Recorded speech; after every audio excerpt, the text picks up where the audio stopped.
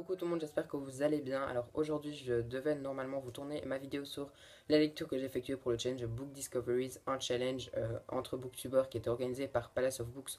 Je vous mets sa vidéo en barre d'infos pour toutes les explications par rapport au challenge. Malheureusement, je n'avais pas trop les mots pour parler de ma lecture, donc du coup, j'ai décidé vu que je n'étais pas content de ma vidéo, j'ai décidé de la retourner et d'en refaire une mercredi. Et j'avais vraiment envie de faire la vidéo que je vais vous présenter aujourd'hui, donc ne vous inquiétez pas, je vous la présente bientôt. Et pour plus d'infos sur le challenge Book Discovery, n'hésitez pas à aller voir la vidéo de Crouton que je vous mets en barre d'infos. Le sujet principal de cette vidéo est tout simple et c'est une vidéo que j'aimerais beaucoup vous faire et que j'attends de vous faire depuis pas mal de temps. Ce sont mes sorties livresques jusqu'à la fin 2016. J'ai noté 12 sorties, que ce soit des sorties poche, des sorties grand format, enfin des sorties de suite. J'ai tout noté et je vais vous en parler tout de suite. Je vais donc commencer par un roman qui est déjà sorti parce que je voulais quand même vous en parler, même malgré qu'il était déjà sorti parce que je le veux vraiment et je pense que ça va être un de mes prochains achats. C'est le roman À la place du cœur qui sortait le 1er septembre.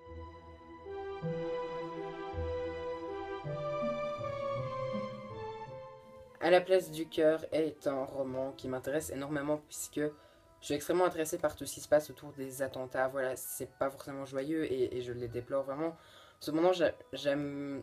Enfin, c'est un peu ironique quelque part, mais j'aime bien, je m'y intéresse pas mal et j'aime bien aborder le sujet. Et du coup, même si c'est une période tragique de l'histoire, bien sûr, j'aime. Voilà, ça fait partie de notre société maintenant et je trouve que c'est important de se documenter à partir de ce sujet-là. Et en fait, c'est un roman, donc À la place du cœur, qui va parler d'une relation amoureuse entre adolescents, donc d'amour d'adolescents, si je puis dire. Sauf que ça n'arrivera pas n'importe quand, puisque Com voilà, va être en couple avec quelqu'un, je crois, je ne sais pas le résumé exact, mais en tout cas il va être en couple et cependant ça va se passer pendant la semaine des attentats à Charlie Hebdo et donc il va nous raconter un peu tout son ressenti par rapport à ça, de la tête d'un ado évidemment, et donc ça j'ai vraiment très envie de le lire. Robert Laffont de la collection R a quand même fait une publicité assez importante pour ce roman et ça le mérite parce que j'ai vraiment envie de découvrir ce roman-ci qui, malgré le peu d'avis que j'ai déjà vu sur ce bouquin, a déjà pas mal d'avis très positifs. Au moment où je tourne cette vidéo, on est 11 septembre, donc il est déjà sorti depuis 10 jours. J'ai déjà vu en librairie et je me réjouis vraiment de l'acheter parce qu'il a l'air vraiment génial. Le 21 septembre sort le journal de Miss Peregrine.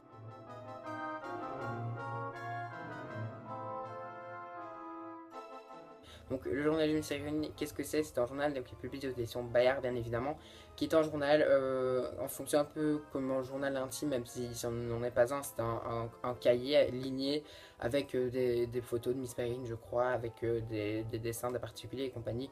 C'est pas un bouquin, il n'y a pas des trucs à lire, c'est pour écrire. Maintenant ça m'intéresse quand même parce que tout ce qui touche autour de la saga Miss Peregrine m'intéresse plutôt bien, surtout à l'approche de la sortie du film. Donc je pense me le procurer tout bientôt parce que même si ce n'est pas un roman, je voulais quand même me le mettre dans cette vidéo parce que ça m'intéresse tout de même. Le 5 octobre, Miss Peregrine, donc le tome 1 de Bayard Jeunesse, de Ransom Riggs chez Bayard Jeunesse va sortir en poche. Alors, je sais pas du tout dans quelle maison d'édition sort en poche. Je pense que c'est chez Bayard du coup. Maintenant, aucune idée.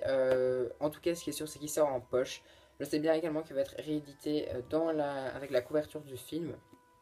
Mais en tout cas, je suis très impatient de le voir en poche, de voir ce que ça donne.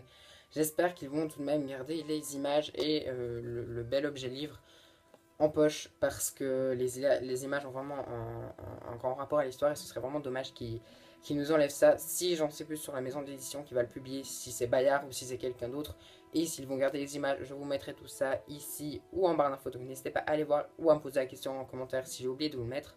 En tout cas, je suis quand même très ravi de sa sortie en poche. Comme ça, il sera encore plus accessible à d'autres gens qui préfèrent acheter le poche que le grand format. Le 6 octobre, il y a également deux autres sorties poche qui m'intéressent beaucoup. Et Gardien des Cités Perdues de Channel Messenger chez Lumen en fait partie. Enfin, je dis chez Lumen, mais c'est plutôt chez PKJ, puisque oui, The Book of Ivy et celui-ci vont paraître chez Pocket Jeunesse Poche. Alors, j'ai vu donc toutes les dates que j'ai vues ici, c'est sur Booknode que j'ai vu toutes ces dates et toutes ces informations. Cependant, sur le site de PKJ, je n'ai vu que The Book of Ivy dans leur parution poche. Donc, je suis un peu moins sûr pour celui-ci maintenant. Normalement, il devrait sortir en poche. Normalement, enfin, c'est pas tellement officiel puisque je l'ai pas vu sur le site de PKJ, mais en tout cas sur Booknote, je l'ai vu donc. Je tire mes informations de là, donc malheureusement si c'est faux, je m'en excuse. En tout cas, s'il sort en poche, je suis très content de ses sorties en poche, puisque c'est un roman qui, peut-être grâce à la publicité que Pocket Jeunesse pourrait faire autour, qui est un peu plus importante que celle de chez Lumen, forcément, puisque ça touche plus de monde, ça pourrait vraiment attirer plus de lecteurs à ce roman-ci qui est juste génial. Et d'ailleurs, cette saga est juste géniale. Et je vous la conseille vraiment si vous n'êtes pas encore lancé. Va sortir également, là aussi je ne sais pas non plus dans quelle maison d'édition, je vous mets ça là-bas ou en commentaire, pareil que pour Miss Peregrine, si jamais je dis n'importe quoi. En tout cas, 14-14 de Céline Gare et Paul Bernard sort en poche. Alors, est-ce que c'est chez Castelmore? Est-ce que c'est chez... Je ne sais pas du tout. Je vous le mets ici. Et en tout cas, je me réjouis de sa sortie en poche. Puisque, pareil, là, c'est un roman que j'avais beaucoup aimé. Il est sorti en version dyslexie. Donc, c'est vraiment cool qu'il le sorte en poche. Puisque, comme ça, il sera dans 3 versions différentes. Donc, là, on va vraiment trouver notre bonheur avec ce roman-ci. Et en tout cas, je me réjouis de voir à quoi, pareil, il va ressembler en poche. Toujours le 6 octobre, mais là c'est bien une nouvelle parution et c'est une parution que beaucoup de gens attendent puisque le 6 octobre sort le tome 2 d'une Bresse sous la cendre de Sabah Taï.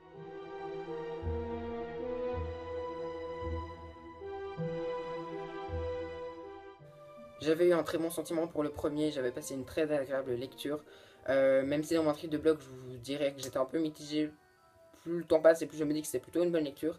Et quelque part ça m'intrigue et j'ai vraiment envie de me plonger dans la suite. Donc le 6 octobre, enfin peut-être pas le 6 octobre, mais en tout cas je me procurerai très vite la suite qui je pense va être assez intense. Surtout que j'ai déjà vu plusieurs avis qui me disaient que c'était vraiment encore meilleur que le tome 1. Donc normalement il n'y a pas de souci à se faire pour ça. Le 14 octobre, je pense que je n'ai même pas besoin de le dire, mais bon, je le rappelle quand même. Harry Potter et l'enfant maudit sort chez Gallimard en français.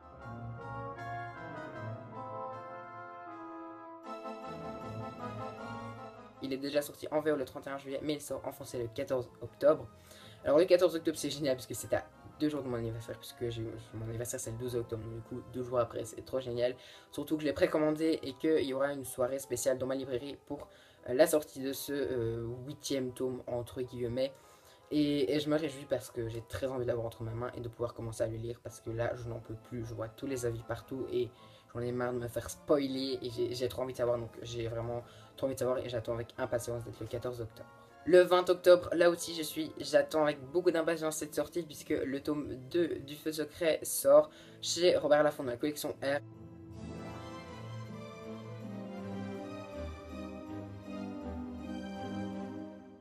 J'avais eu un énorme coup de cœur pour le tome 1 que j'avais lu en mars, ou non en mai, et j'avais beaucoup aimé, je vous en avais d'ailleurs parlé dans un premier update lecture, je vous mets le lien en barre d'infos si jamais.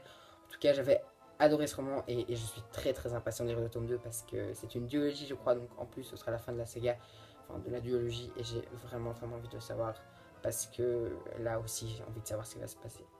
Le 26 octobre, toujours en rapport avec Miss Perrine et les enfants particuliers, je pense que c'est voilà, c'est la fin d'année Miss Perrine et les enfants particuliers, puisque le 26 octobre sort chez Bayard les contes des particuliers.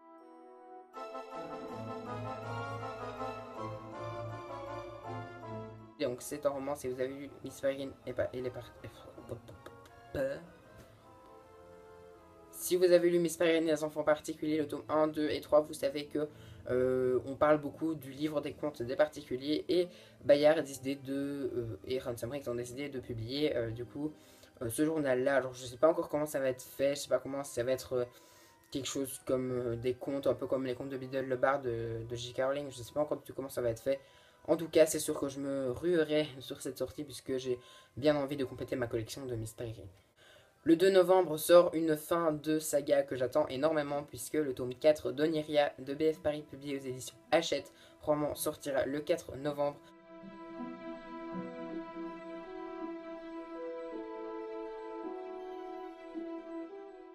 J'attendais déjà ce roman depuis ferme depuis pas mal de temps puisque la sortie était d'abord annoncée au mois de juillet, mais finalement l'auteur a préféré prendre son temps pour terminer sa série et c'est vraiment une très bonne chose. Donc on a attendu, mais je pense qu'on a attendu pour quelque chose de vraiment grand et donc je me réjouis vraiment de lire le tome 4 qui je pense va clore magnifiquement bien cette saga. Le 2 novembre toujours sortira là aussi un roman en rapport avec les attentats perpétrés en France, mais cette fois-ci plus sur Charlie Hebdo, mais bien sûr tout ce qui s'est passé le samedi 14 novembre. Puisque le livre s'appelle également 14 novembre, donc c'est de Vincent Villeminot, publié aux éditions Sarbacane, collection Exprime.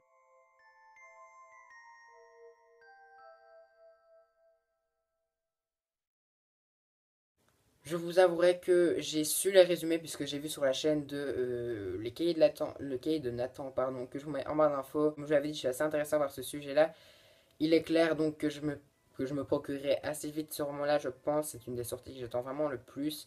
Je ne sais plus du tout de quoi ça parle. Si je me souviens bien, je pense que c'est quelqu'un qui a vécu les attentats depuis un des bars où il y a eu les terroristes, il me semble. Maintenant, je ne suis absolument pas sûr, mais en tout cas, je me réjouis vraiment de le lire.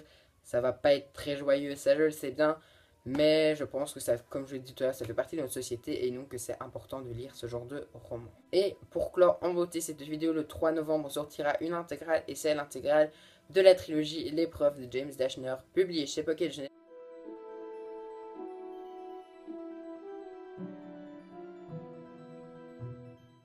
Vous avez vu récemment qu'ils ont sorti l'intégrale d'Hunger Games, ils ont sorti l'intégrale de tout ce qui est Chronique du Monde Émergé et compagnie, et maintenant ils s'attaquent à l'épreuve, donc je suis très content qu'ils s'y attaquent, puisque ça va remettre un peu la série sur le devant de la scène. Finalement, je vous rappelle que j'attends toujours le troisième film avec beaucoup d'impatience, qui était déjà prévu pour février 2017, mais qui a été retardé à 2018, donc autant vous dire que je ne tiens plus parce qu'on a quand même eu le tome 2 adapté fin 2015 et l'avoir en 2018, ça fait quand même long, je trouve.